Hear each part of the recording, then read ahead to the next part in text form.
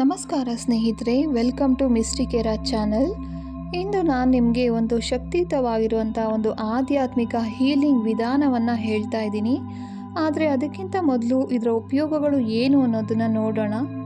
ಈ ಒಂದು ವಿಧಾನಗಳೇನು ಅಂತ ನೋಡೋದಾದರೆ, ನಾವು ಹೋಪನೋಪನದ ಮೂಲಕ ಬಹಳಷ್ಟು ಸಮಸ್ಯೆಗಳಿಗೆ ಪರಿಹಾರವನ್ನು ಕಂಡುಕೋಬಹುದು.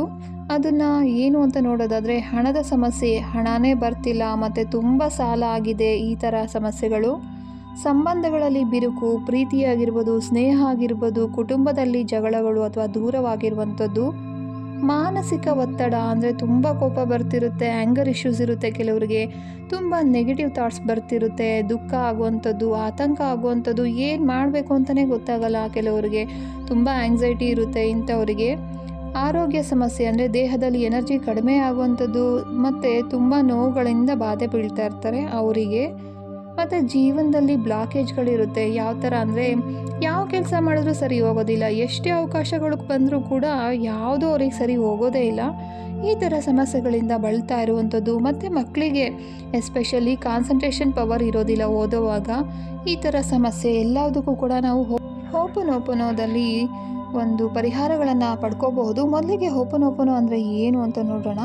ಇದೊಂದು ಹವಾಯಿ ದೇಶದ ಒಂದು ಪ್ರಾಚೀನ ಆಧ್ಯಾತ್ಮಿಕ ಹೀಲಿಂಗ್ ವಿಧಾನ ಆಗಿರುತ್ತೆ. ಈ ಒಂದು ಹವಾಯಿಯನ್ ಜನಗಳೇನಿರ್ತಾರೆ, ಅವರು ಸ್ಪಿರಿಚುವಲ್ ಆಗಿ ಒಂದು ಮೆಡಿಟೇಷನ್ ಮಾಡ್ತಿರ್ತಾರೆ.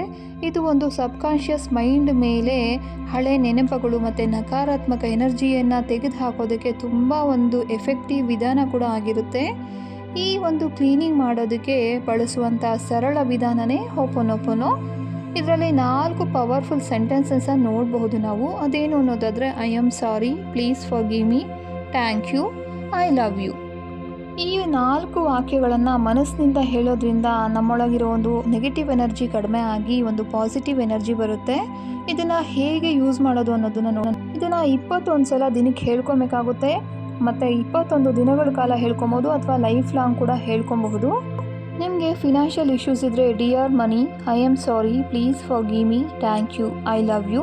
ಇದೇ ರೀತಿ ಯಾವ್ಯಾವ ಸಮಸ್ಯೆಗಳಿಂದ ಜನ ಬಳಲ್ತಾ ಇದ್ದಾರೆ ಅದೆಲ್ಲದಕ್ಕೂ ಕೂಡ ಡಿಯರ್ ಅಂತ ಸೇರಿಸಿ ಮೈ ಬಾಡಿ ಅಂತ ಸೇರಿಸ್ಕೊಬೋದು ಆರೋಗ್ಯ ಸಮಸ್ಯೆಗಳಿಗೆ. ಈ ರೀತಿ 21 ಸಲ ಪ್ರತಿದಿನ ಬೆಳಗ್ಗೆ ಹೇಳ್ಕೊಬೇಕಾಗುತ್ತೆ. ಈ ರೀತಿ ಹೇಳ್ಕೊಳ್ಳೋದ್ರಿಂದ ನಿಮಗೆ ಗೊತ್ತಾಗುತ್ತೆ, ಒಂದು ವಾರದಲ್ಲಿ ಎಷ್ಟೊಂದು ಚೇಂಜಸ್ ನಿಮ್ಮಲ್ಲೇ ಕಾಣ್ತಾ ಹೋಗುತ್ತೆ. ಇದರಿಂದ ಮನಸ್ಸು ಶುದ್ಧವಾಗುತ್ತೆ. ಮನಸ್ಸು ಶುದ್ಧವಾದಾಗ ಜೀವನವೂ ಕೂಡ ಶುದ್ಧವಾಗಿರುತ್ತೆ.